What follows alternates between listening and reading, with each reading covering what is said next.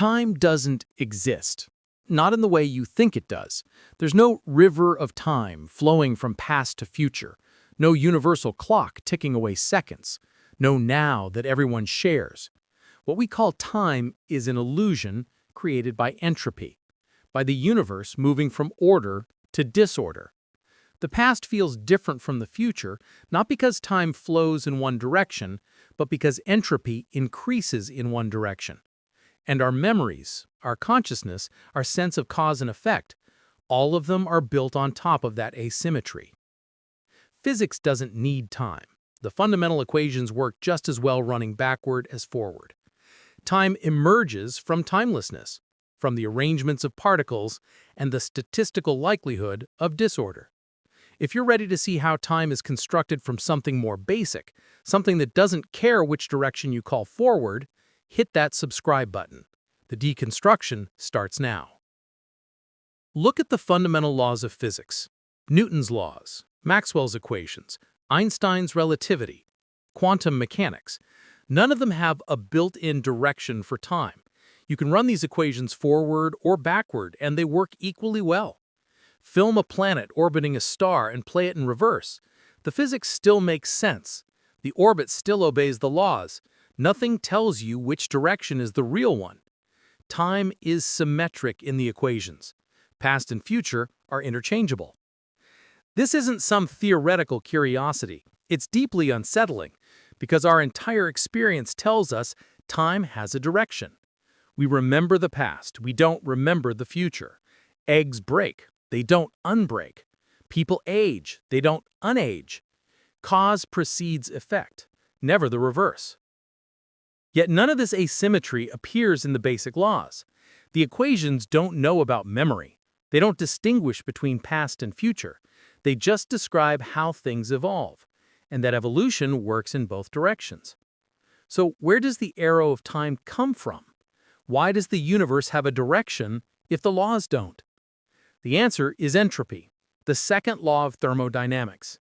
Entropy always increases, or more precisely, entropy increases in the direction we call the future. This is the only law of physics that has a built-in arrow. Everything else is symmetric, but the second law picks a direction, and that direction defines what we mean by time. Here's what entropy is. It's a measure of disorder, of how many ways you can arrange the components of a system without changing its overall properties. A deck of cards shuffled randomly has high entropy, lots of possible arrangements that all look the same, messy. A deck of cards sorted by suit and rank has low entropy, only one arrangement that counts as sorted, ordered. Entropy measures the number of microstates that correspond to a given macrostate. High entropy means lots of microstates, lots of possible arrangements. Low entropy means few. The second law says entropy increases. Systems move from low entropy to high entropy, from order to disorder, from few possible arrangements to many. And once you understand this, you understand why eggs break but don't unbreak, why coffee and milk mix but don't unmix, why heat flows from hot to cold but never the reverse. These aren't separate laws. They're all consequences of entropy, of statistics, of the fact that there are more ways to be disordered than ordered. An intact egg is low entropy, very specific arrangement of molecules, shell intact, yolk separated from white, membranes in place. A broken egg is high entropy, shell fragments scattered, yolk and white mixed, membranes torn. There are vastly more ways to arrange the molecules into a broken egg than an intact one. So when you disturb the system, it moves toward the high entropy state. Not because the laws of physics prefer broken eggs, but because there are more ways to be broken than intact. Statistically, disorder wins. This is the arrow of time, the direction in which entropy increases. We call that direction the future. The direction in which entropy decreases, if we could somehow reverse everything, we'd call the past. But the labels are arbitrary. The physics doesn't care. It just says entropy increases in one direction and decreases in the other. We chose to call the increasing direction forward, and we experience that direction as time flowing. But time isn't flowing. Entropy is increasing, and we're interpreting that increase as the passage of time. Here's where it gets stranger. According to relativity, time doesn't flow at all. The past, present, and future all exist simultaneously. This is called the block universe, or eternalism. Imagine the entire history of the universe, from the Big Bang to its final state, laid out in 4 dimensions, 3 of space, 1 of time. Every event that has ever happened or will ever happen exists in this 4-dimensional block. The Big Bang is there. Your birth is there. This moment right now is there. Your death is there. The end of the universe is there. All of it exists simultaneously in the block. We don't experience it this way because our consciousness moves through the block, or seems to. We experience one slice of the block at a time, one moment. That moment feels like now, but now is just a location in the block, a particular time coordinate. Other people, moving at different speeds or in different gravitational fields, have different nows, different slices. Simultaneity is relative. There's no universal present, no moment that everyone agrees is happening right now across the entire universe. This is a consequence of special relativity. The speed of light is constant, the same in all reference frames. But to keep that constant, time has to be relative. If you're moving relative to me, your clock runs slower than mine from my perspective, and my clock runs slower than yours from your perspective. Both are correct, both are measuring time accurately, but we disagree about which events are simultaneous. Events that happen at the same time for you might not happen at the same time for me. The order can even flip. Event A happens before event B in your frame. Event B happens before event A in mine. Both valid, both correct. This destroys the idea of a flowing present. If simultaneity is relative, there's no universal now sweeping through the universe, no moment that everyone shares. Your now is different than my now, and both are equally real. The block universe makes sense of this. All moments exist. We each experience different slices as we move through it. But nothing is flowing. Nothing is becoming. It all just is, laid out in 4 dimensions, static, eternal, unchanging. This view makes time more like space. You don't think the past and future are unreal just because you're not there yet or anymore. You don't think New York stops existing when you're in Los Angeles. Space is real in all locations. Similarly, time is real at all moments. The past still exists. The future already exists. You're just not in those slices right now. Your consciousness is here, at this moment, experiencing this slice of the block. But other slices are equally real, equally existent, just not where you are. This raises a troubling question. If the future already exists, is it fixed? Is everything predetermined? Do we have free will, or is it an illusion? The block universe doesn't directly answer this. It just says all moments exist. Whether the future is determined by the past depends on whether the laws of physics are deterministic. Quantum mechanics suggests they're not. There's true randomness at the quantum level. Outcomes aren't predetermined. They're probabilistic. So even in the block universe, the future might not be fixed. It might contain multiple possibilities until observed. But that's a separate debate. The point is, time as a flowing river from past to future is not how the universe works according to relativity. So if time doesn't flow, and the fundamental laws don't have an arrow, what is time? Physicists have a simple answer. Time is what clocks measure. That's it. Not a deep philosophical statement, just an operational definition. Clocks tick, we count the ticks, we call that time. Different clocks measure time differently, depending on their motion and the gravitational field they're in, but they're all measuring the same thing, proper time, the time experienced by the clock itself. This makes time less mysterious and more physical. It's not some abstract dimension separate from the universe. It's a property of the universe, built into the structure of spacetime. Clocks measure intervals along their world lines through spacetime. A world line is the path an object takes through four-dimensional spacetime. Your world line starts at your birth and ends at your death. Every moment of your existence is a point on that line. Clocks measure the length of that line, the proper time along it. General relativity tells us spacetime is curved by mass and energy. This curvature affects how clocks tick. A clock in a strong gravitational field ticks slower than a clock in a weak field.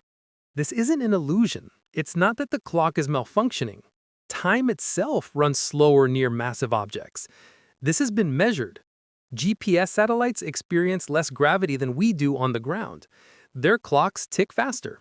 If we didn't correct for this, GPS would drift miles off course within hours. Time dilation is real, measurable, proven.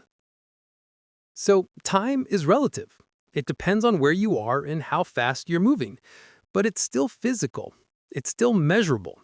It's just not universal. There's no single time that applies to the entire universe. Each observer has their own time, their own clock, their own experience of duration. And they're all correct, all measuring real time, just different times. This leads to a strange conclusion. Time is emergent. It's not fundamental. At the deepest level of reality, at the level of quantum gravity, time might not exist at all. The equations that physicists are developing to unify quantum mechanics and general relativity, theories like loop quantum gravity and string theory, often don't include time as a fundamental variable. Time emerges from something more basic, from the quantum states of space, from the relationships between events, from the way information is encoded in the universe. Carlo Rovelli, a physicist working on quantum gravity, argues that time doesn't exist at the fundamental level. There is no global time variable in his equations. Instead, there are correlations between different parts of the system, changes in one part relative to another. And those correlations give rise to what we perceive as time. Time is a bookkeeping device, a way to organize events, but it's not a thing in itself. It's a relationship, a way of describing how things change relative to each other. This is hard to wrap your mind around because our entire experience is temporal. We live in time. We think in time. We plan for the future. We remember the past. We exist in the present. Or so it seems. But according to fundamental physics, time might be an illusion, a useful fiction, a feature of our macroscopic world that doesn't exist at the microscopic level. At the quantum level, there might be no time at all, just a vast network of quantum correlations. And from those correlations, the appearance of time emerges. The flow, the arrow, the sense of past, present, and future. All of it emergent, none of it fundamental.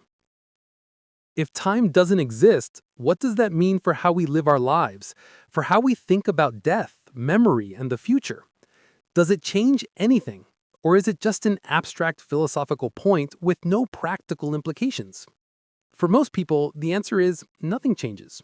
We still experience time. We still age. We still have to get to work on time. We still plan for the future and reflect on the past. The fact that time is emergent or that the block universe exists doesn't alter our day-to-day lives. The illusion is strong enough that it doesn't matter if it's an illusion. But it does change how we think about certain questions, like what happens when you die? If the block universe is real, then you don't really die in the sense that you cease to exist. You still exist, just at a different location in space-time. The moments of your life are still there, still real.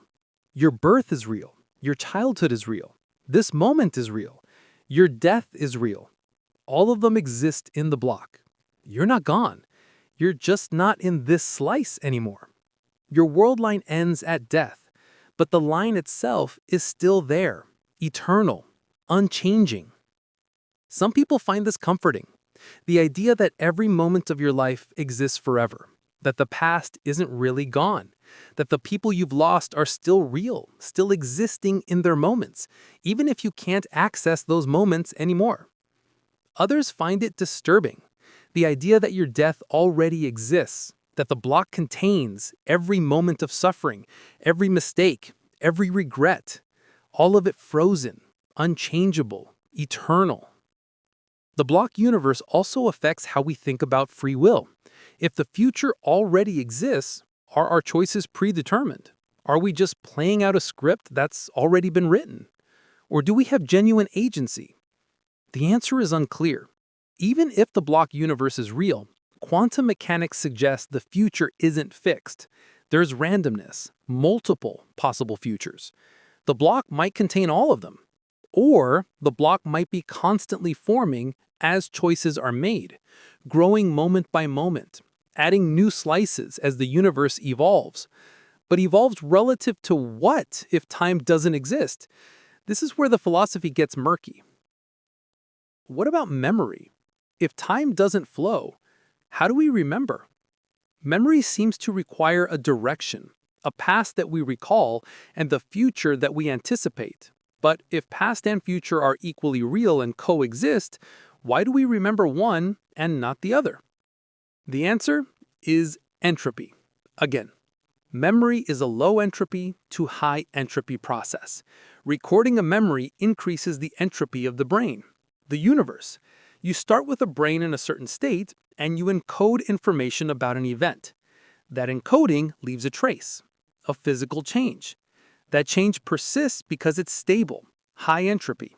It doesn't spontaneously undo itself. So memories point backward in time, toward lower entropy, toward the past.